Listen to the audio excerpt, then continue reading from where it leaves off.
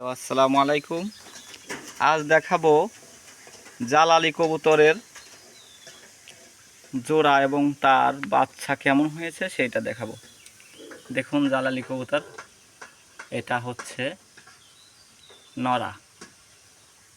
এই দেখুন জালালি কবুতরের বাচ্চা দেখাবো। এই যে দেখুন জালালি কবুতরের বাচ্চা, সাইজটাই অন্যরকম। হচ্ছে আসল জালালি কবুতর। দেখুন জালালি কবুতরের নর এবং নরা, একটু ছোট একটু বড়।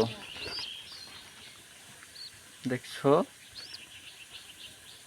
ভিডিওটি ভালো লাগে থাকলে অবশ্যই একটা লাইক কমেন্ট শেয়ার করে পাশে থাকবেন। আসসালামু আলাইকুম।